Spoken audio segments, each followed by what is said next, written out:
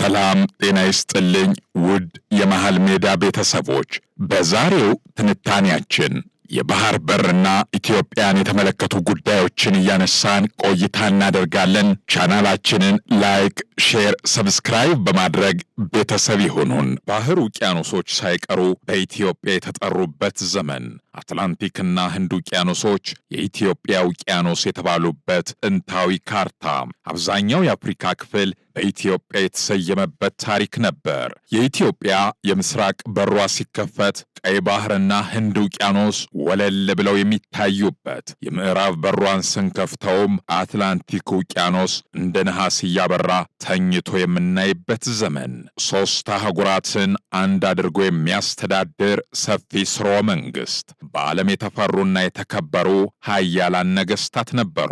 የጥንትና የዘመናዊው ዘመን የታሪክ ጸሐፍትም ይህን ሐቅ በዘመናዊ ሽሬ ብዕራቸው ለትውልድ ከትበው ታልፈዋል። ኢፎረስ የተባለው ግሪካዊ ኢትዮጵያውያን በእስያና በአፍሪካ የደቡብ ጠረፎች ላይ ይኖሩ እንደነበር ይታሰባል። ይህ የግሪካውያን የጥንት አስተሳሰብ ነበር በማለት ከተናገረው በተጨማሪ ኢትዮጵያ በዓለም መጀመሪያ የተመሰረተች ሀገር ናት፣ ኢትዮጵያውያን ሕግን የመሰረቱ የመጀመሪያ ሕዝብ ናቸው ያለው የቤዛንታይኑ እስጢፋኖስ በወርቃማ ቃላት ያን የኢትዮጵያውያንን የታላቅነት ዘመን መስክሯል። በአንደኛው ክፍለ ዘመን መጨረሻ ላይ ብቅ ያለው የኢትዮጵያ የኃያልነት ዘመን ማሳያ የሆነው የአክሱም ስርወ መንግስት በዓለም ከነበሩት የወቅቱ ኃያላን 4 መንግስታት ውስጥ እንደሚመደብ የኢትዮጵያ ጥንታዊ ታሪክ ያሳያል። ኢትዮጵያ በዚህ ሩቅ ዘመን ላይ ከምስራቃዊው የሱዳን ጠረፍ እስከ ሞቃዲሾ ድረስ በተንሰራፉት ወደቦቿ ላይ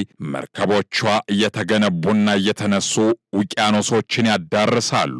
አዶሊስ፣ ሚዲር፣ ታጁራ፣ ዘይላ፣ ገበዛ፣ በርበራ ከሚጠቀሱት ዋና ዋና ወደቦቿ ነበሩ። እነዚህ የባህር በሮቿን ከዓለም አቀፉ ማህበረሰብ ጋር የተለያዩ ግንኙነቶችን ከማድረግ በተጨማሪ ከሀገር ውስጥ ለሚነሳው ረጅሙ የሲራራ የንግድ መስመር መዳረሻዎች ነበሩ። በየብስና በባህር የሚከናወን ሁሉንም አህጉራት የሚያስተሳስር ረጅም የንግድ መስመር ከኢትዮጵያ ተነስቶ ሩቅ ምስራቅ ይደርሳል። በአፍሪካ በኩል ከደቡብ ኢትዮጵያ ከቦንጋ በመነሳት መዳረሻዎቹን በቀይ ባህርና ህንድ ውቅያኖስ በሚገኙ ወደቦች ላይ ያደርጋል። ከቦንጋ ተነስቶ ወደ ሰሜኑና ምስራቁ የኢትዮጵያ ክፍሎች የሚያመሩ መስመሮች ነበሩ። ወደ ሰሜናዊው የኢትዮጵያ አቅጣጫ የሚያመራው የሲራራ መስመር የደቡብን፣ የወለጋን፣ የጎጃምን፣ የጎንደርን አካባቢዎች እየነካካ በአዘዞና በደብረ ታቦር ከተሞች ላይ 2 መገንጠያዎችን ይፈጥራል። አዘዞ የደረሰው መስመር ጎንደር ከተማን አልፎ በኤርትራ በኩል ምጽዋ ወደብ ላይ ሲጠናቀቅ ከአዘዞ ወደ ምዕራብ የሚታጠፈው ደግሞ በመተማ በኩል ሱዳን ተሻግሮ በቀይ ባህር ጠረፍ ፖርት ሱዳን ላይ ደርሶ ይቆማል። በደብረ ታቦር በኩል የቀረው መስመር የበጌ ምድርንና የወሎ አካባቢዎችን እየጠቀለለ በአፋር በኩል አሰብና ዘይላ ወይም ታጁራ ከተባሉ ወደቦች ይደርሳል። ሁለተኛው ከቦንጋ የሚነሳው የሲራራ ንግድ መስመር ወደ ምስራቅ የኢትዮጵያ አቅጣጫ የተለያዩ ከተሞችን እየመሰረተና መንገድ እየጠረገ መዳረሻውን በአሁኗ ሶማሌላንድ የበርበራ ወደብ ላይ መዳረሻውን ያደረገ የንግድ እንቅስቃሴ ይፈጸም ነበር። እነዚህ የሀገሪቱ የኢኮኖሚ የደም ስር የሆኑ የንግድ መስመሮችና መዳረሻዎችን መቆጣጠር የቻለው የአክሱም ስርወ መንግስት የቀይ ባህር የንግድ እንቅስቃሴ ላይ የዘመኑ ኃያልና ጠንካራ መንግስት ሆኖ ብቅ ካለበት አንደኛው ክፍለ ዘመን መጨረሻ ጀምሮ እስከተዳከመበት 10ኛው ክፍለ ዘመን ድረስ ቀጥሏል። የአክሱም ስርወ መንግስት ከፊንቃውያን፣ ግሪካውያን፣ ከቤዛንታይን፣ ከሮማውያን፣ ከግብፃውያን፣ ከህንዳውያንና ከቻይናውያን ግዛቶች ጋር ከፍተኛ የሆነ ኢኮኖሚያዊ ትስስር ነበረው። በአዶሊስ የቀለጠ ዓለም አቀፋዊ ንግድ ይካሄድባት የነበረና ከየአቅጣጫው በሚመጡ ነጋዴዎች ተጥለቅልቃ ማየት የተለመደ እንደነበር ጸሐፊዎች ያነሳሉ። አዶሊስ ወደ እርሷ ያለማቋረጥ ለሚጎርፉት ነጋዴዎች ከምታቀርብላቸው የዝሆን ጥርስ በልዋጭነት የተለያዩ የአልባሳት አይነቶችን ጠርሙስ ነክ ዕቃዎችን፣ መገልገያ መሳሪያዎችን፣ የወርቅና የብር ጌጣጌጥ፣ መዳብና ጥራት ያላቸውን የጦር መሳሪያዎች ለመስራት የሚያገለግሉ ከህንድ የብረት ማዕድን ታገኝ ነበር። ለኢትዮጵያ ኢኮኖሚ የደም ስር የነበረችው አዶሊስ ከምጽዋ አጠገብ የምትገኝ ወደብ ስትሆን በድንጋይ የተገነቡ ቤቶችና ሐውልቶች፣ አንድ ግድብና በመስኖ የሚለማ እርሻ የሚገኙባት ቀልብን የምትገዛ ውብ ስፍራ መሆኗን መጽሐፍት ላይ ሰፍሮ እናገኛለን። በወደቦቹ ከአገር ውስጥ የተለያዩ ዕቃዎችን በአዶሊስ ወደብ ለዓለም አቀፍ ንግድ በማቅረብ እንዲሁም በምትኩ ሌሎች ዕቃዎችን በመገበያየት ጠንካራ የንግድ ትስስር ተፈጥሮ ነበር። እንዲሁም በርበራን በመጠቀም የኢትዮጵያ ነጋዴዎች የህንድ ውቅያኖስን የንግድ መስመር በመቆጣጠር ወደ ህንድ መሃል ሀገር ድረስ ገብተው ይነግዱና በምትኩም የተለያዩ ቅመማ ቅመሞችን፣ ዕጣን፣ ሸንኮራ አገዳና ሌሎች አይነት በርካታ ሸቀጣ ሸቀጥ ይዘው ይመለሳሉ። በተለያየ ክፍለ ዘመኖችም ኢትዮጵያ በተደጋጋሚ የእርስ በርስ ጦርነቶች ያጋጠሟትና የፈተኗት ጊዜ ነበር። በውስጥ የፖለቲካ አለመግባባት የተነሳ ደካማ ማዕከላዊ መንግስት የተፈጠረበትና ሀገሪቱ ከ70 ዓመታት በላይ በቆየው በጎበዝ አለቆች በሚተዳደሩ በበርካታ ግዛቶች ተከፋፍላ በርካታ አደጋዎች የተጋረጠበት የዘመነ መሳፍንት ወቅትም የተከሰተበትን ጊዜም አስተናግዳለች። በተመሳሳይ ሀገሪቱን ለመውረር ያሰፈሰፉ ቅኝ ገዢዎችም ዙሪያዋን ከበው ያስጨነቁበት አስቸጋሪ ወቅት ነበር። ግብፅ አጋጣሚውን በመጠቀም የኢትዮጵያ ጠላት ሆና ግዛቷን የማስፋፋት እንቅስቃሴ የጀመረችውም በዚህ አጋጣሚ እንደሆነ የታሪክ መዛግብት ያስረዳሉ። ኢትዮጵያም ለበርካታ ዓመታት የነበሯትን የባህር በሮችን ስታጣ የቅኝ ገዢዎችና የታሪካዊ ጠላቶቿ የተጎነጎነ ከባድ ሴራ እንደሆነ ምንም አያጠያይቅም።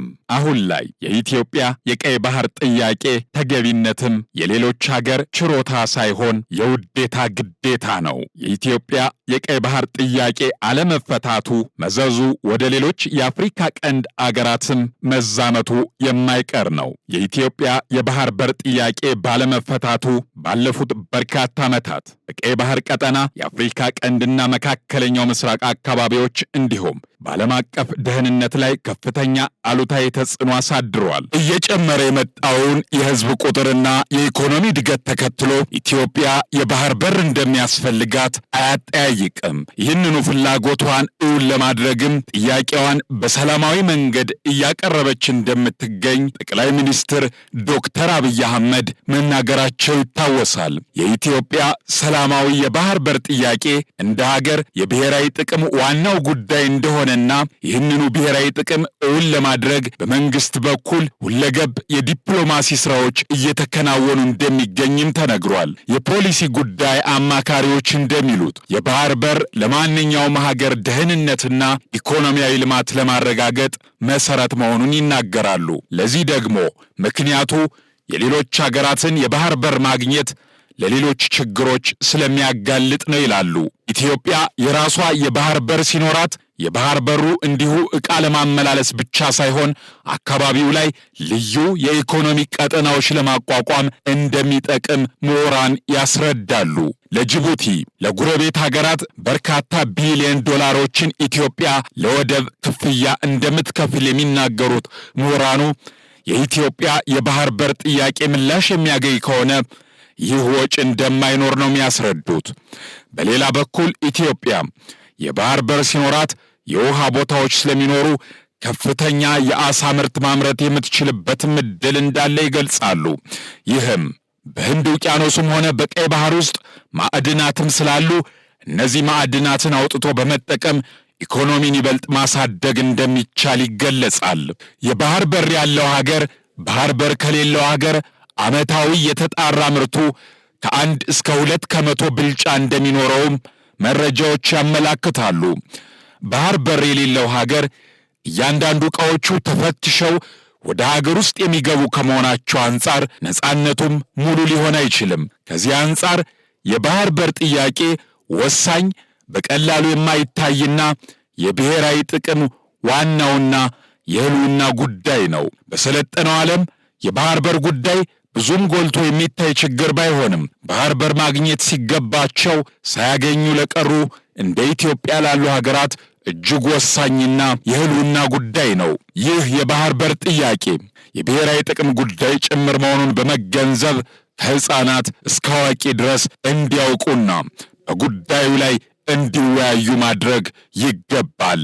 ኢትዮጵያውያንም ጉዳዩ ከፍተኛ ትኩረት ሊሰጠው የሚገባና ከኢትዮጵያ መንግስት ጎን በመቆም የባህር በር ጥያቄው በአጭር ጊዜ ውስጥ ምላሽ እንዲያገኝ ሁላችንም የበኩላችንን ሚና መወጣት እንደሚገባ በመጥቀስ የዛሬውን ትንታኔያችንን በዚሁ አበቃን።